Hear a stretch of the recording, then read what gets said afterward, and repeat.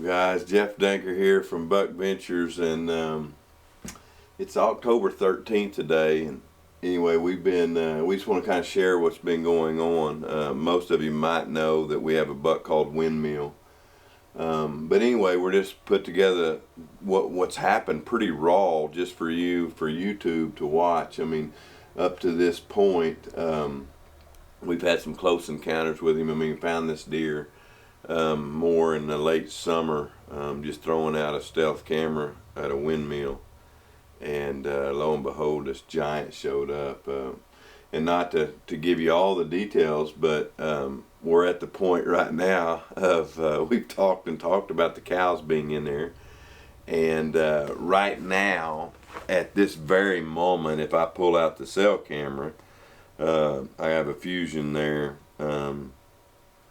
We have nothing short of 200 cows laying in front of this windmill. So I would say that our chances with a bow have really went down, but the good news is we get the Paramount CVA in our hand here in a couple weeks. So the 24th it starts, and so I'm going to really be doing a lot of scouting and just see if I can't pinpoint him again. I actually have some more corn out in some different areas and some more cameras, so we'll see if those cows move him. But anyway, just enjoy this raw footage of our things that happened in northwest Oklahoma over the last 2 weeks. Well, guys, we are after a big deer tonight, and I'm excited. I'm a little bit nervous. You know how you get when you're after a big deer, but we've taken all the precautions. We've bathed in all the dead down wind. We've used the deodorant. We've done it all. We've walked in the right way. We've kept the wind. We took the truck way around, which if we kill him, I think will be key. Now, here's what's going down. We put this camera, stealth camera, up on this windmill a couple months ago and found this deer. You know, probably mid-80s type deer. And ever since, we just been following along. Now, a couple ingredients for this. The DS4K camera we put on 20 seconds video. And we found out he's coming over this hill, which is a big key to us knowing where he bed. So we're playing south wind, southwest. But we have an opportunity. I feel blessed to be here. Man, listen to this old windmill, this wind in northwest Oklahoma. You just don't really know about it until you've been here. It's just a cool place up here. Big bucks, big body deer.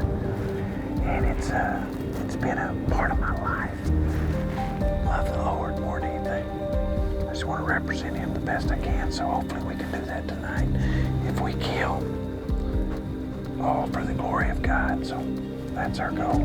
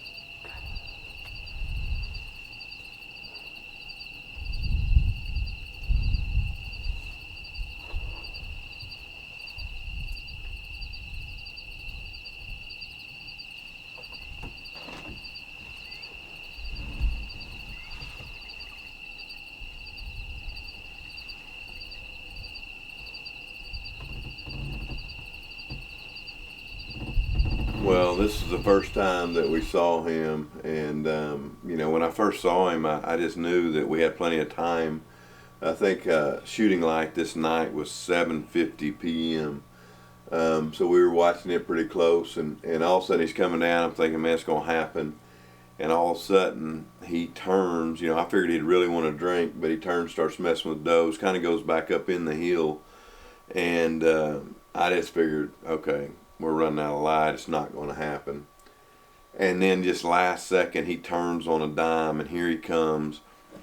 And literally, he comes up to give me a shot at 7:50, last light. And it's dark outside, but in a sense, it's so much darker in that blind. You'll be able to see. You can see outside, but it's so much darker in that blind. And getting up there and getting in that peep, getting on the sights, I'll just tell you, was a chore.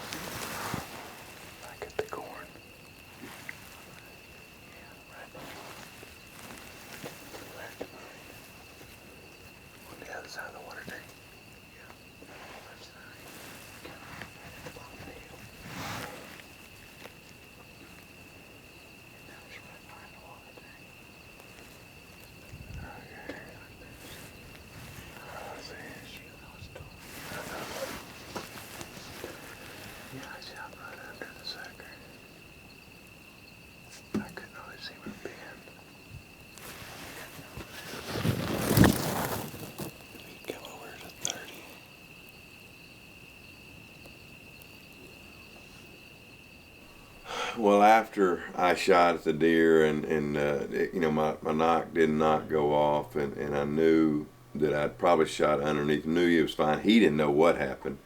Just immediately I grabbed another arrow, but it was so hard in that blind. Like I said, it was so dark in here. I got the arrow knock, but then even getting my release on you couldn't see. I mean, it was that loop you couldn't even hardly find.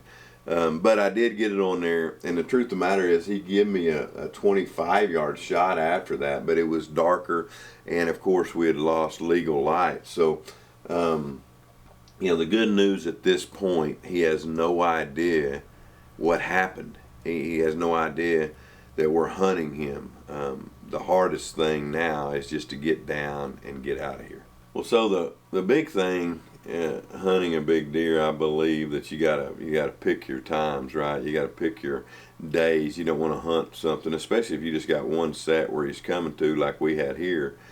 But on this occasion, we had no choice. We knew every day was valuable that cows could be put in there. I mean, every day was our last day in a sense. So we were hunting him every time we got a southwest or a west wind. And we went back in and a few days later, and we felt really good about it again. We had him on the Stealth Fusion cameras a ton, and sure enough, I look up and he came from a different place. He kind of come more from the southwest, and he's walking in, and this time he's covering some ground. He's coming.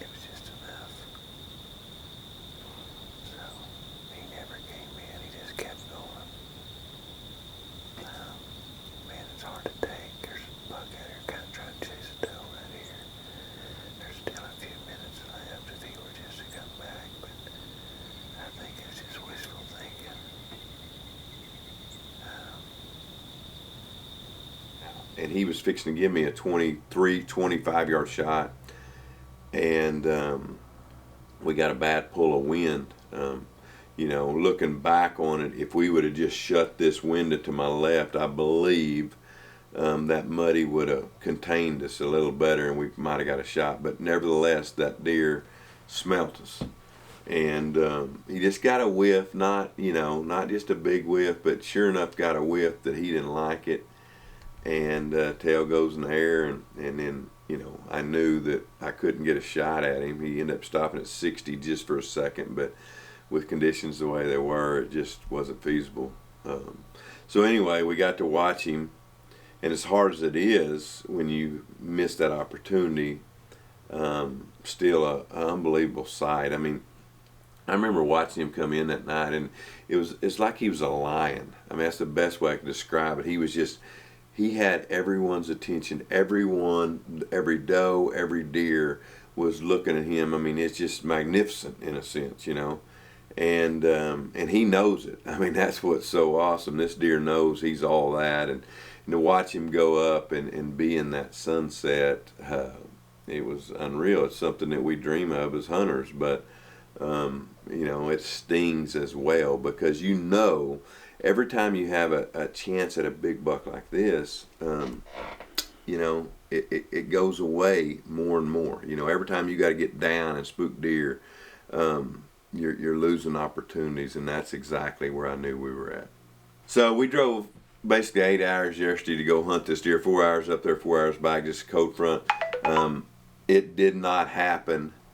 And where we're at, I'll just tell you, I wish I'd have known now that we'd had the 12 days, but we thought we had 2 or 3 days. But the cows are there, and the cows are all over the set. And so where we're at is, I think, it's not like we can go see the deer and find a tree, because there's no trees on this place. I believe the deer will move. I believe the cows are going to move him. And definitely going to keep him from coming to this windmill very much to be able to hunt. So muzzleloader season opens October 24th. Today is the 13th. So about 11 days from now, we're going to make sure and get that Paramount good. And I'm just going to tell you, this deer is what I want. I mean, if he was all I killed this year, I think I would be good with it. So that's what we're going to pursue. And again, it's just as raw as we can bring it to you is what this is. Well, guys, I got to tell you something. We actually got contacted by YouTube. Our channel's doing real good, and we want you to know we appreciate you. Thanks so much. Thanks for watching.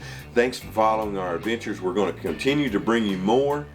Remember, make sure and hit the like button, subscribe to the channel, and we'll see you in the next one.